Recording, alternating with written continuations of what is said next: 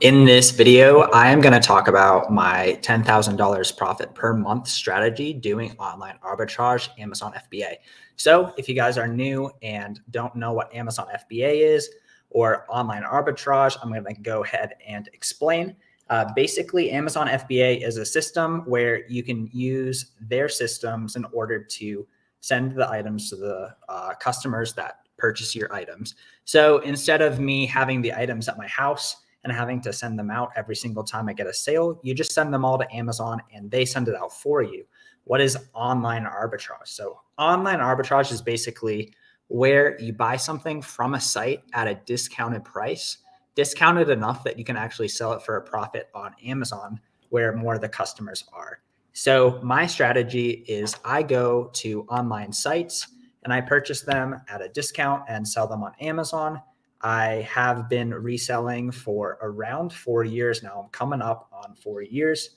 I started in May of 2019 selling used clothing from thrift stores and all of that and selling on eBay. And now I sell on Amazon. But basically, my strategy at a more like technical level is basically I'm trying to send in around $20,000 of potential profit every single month into Amazon. That way, in case some prices go down, in case there are costs in the business, those are completely covered. And I still end up with around $10,000 of profit that sells every single month.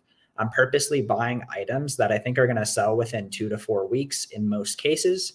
And with that, I basically am setting myself up to actually hit this goal every single month if I just continue with those inputs.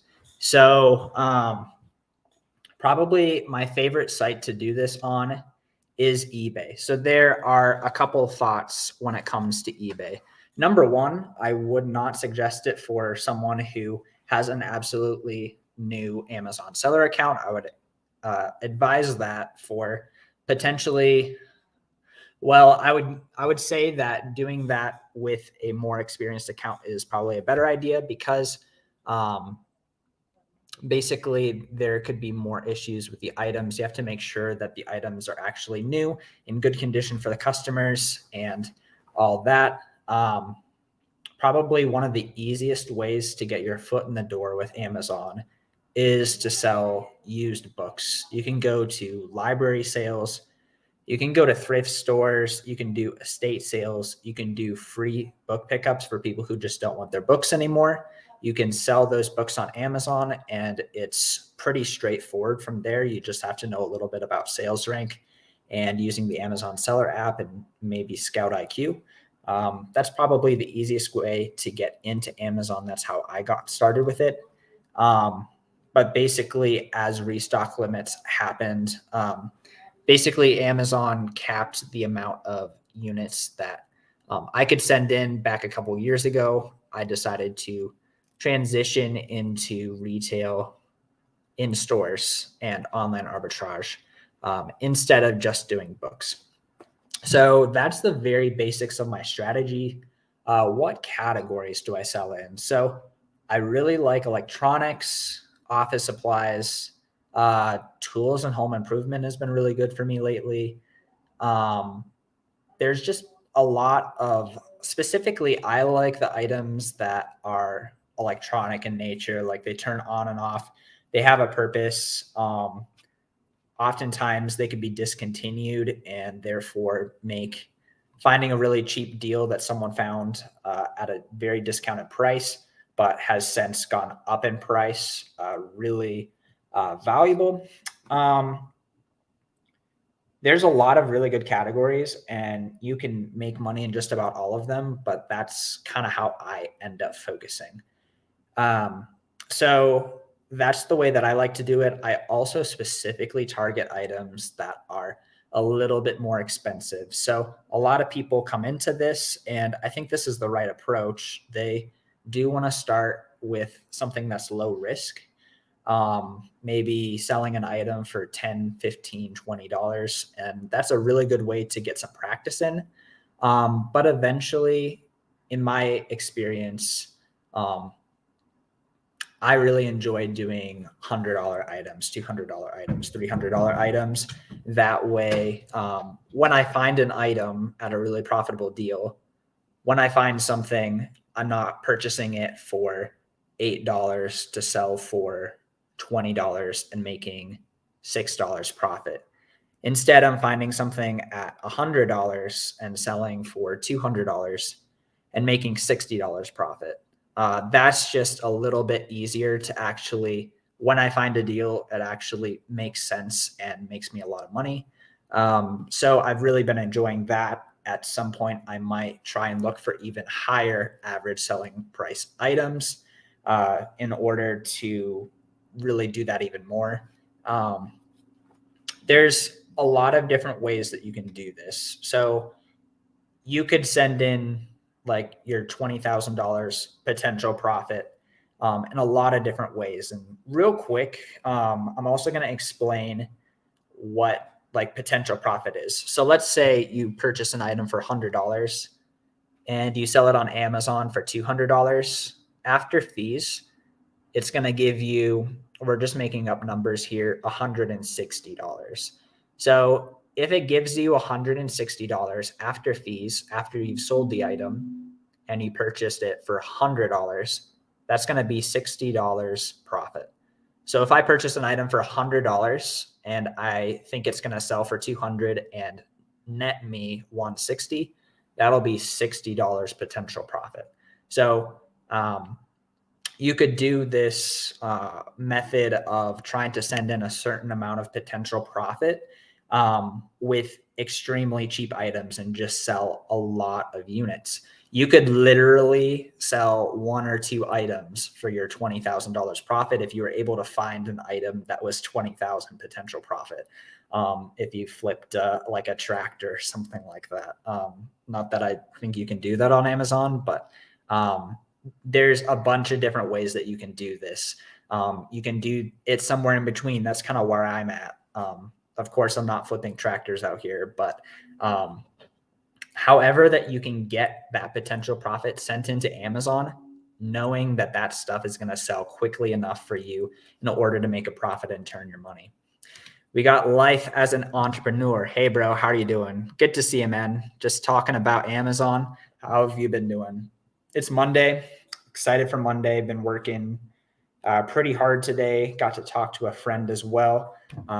Good friend of mine is really in the process of delegating almost all of his Amazon FBA business. He has one virtual assistant who's running almost all of it for him, and he's in the process of hiring a second and transitioning that first virtual assistant to a manager type role.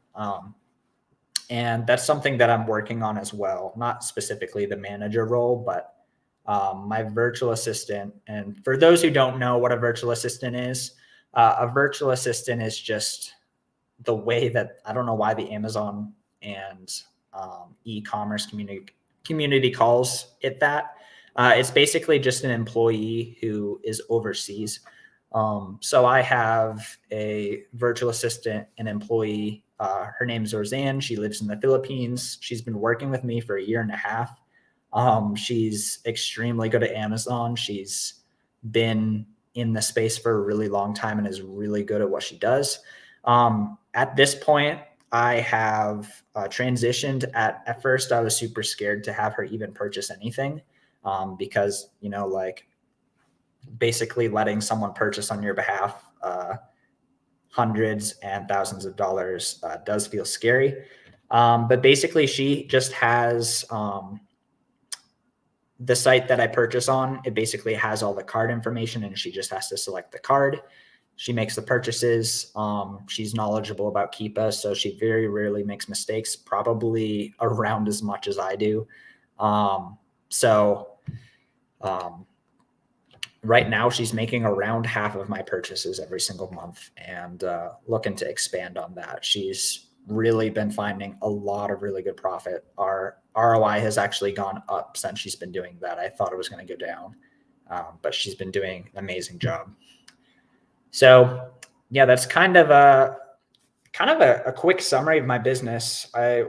just wanted to explain how I am making $10,000 profit per month with online arbitrage. Sorry, the title is a little bit clickbait because last month I ended up making more like $12,000 profit because of a really expensive reimbursement that I got from Amazon.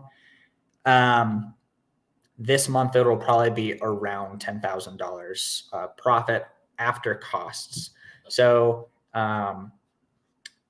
in any given month, my costs are going to be somewhere around 2,800 to 3,500. So these are not cost of goods.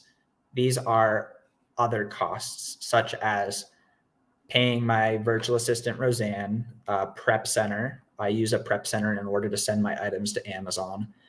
Softwares like SotherAmp, Keepa, Inventory Lab. Inventory Lab does bookkeeping and listing, helping with listing. I use BeCool. That's a repricer. That's another additional, you have to pay for it per month. I also have an editor who edits YouTube videos. I'm paying him under the umbrella of the Amazon business because that helps me kind of stay in the loop with what is new and going on in the Amazon space. So all of those costs are anywhere between 2,800 and 3,500 a month. Any like trips that I go on, that'll be under this as well. So yeah, the profit that I send in has to make sure that it actually covers that, and then whatever's left over is profit. So cost of goods, I haven't actually looked at what my cost of goods usually is. It's often in the ballpark of somewhere in the ballpark of 50%. I'm pulling it up on Inventory Lab right now.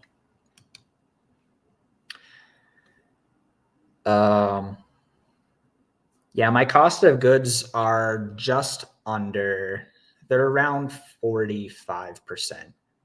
So far in April, Inventory Lab is showing $37,000 in sales, and it is showing $16,500 in cost of goods. So that would be, what is 16 divided by 37?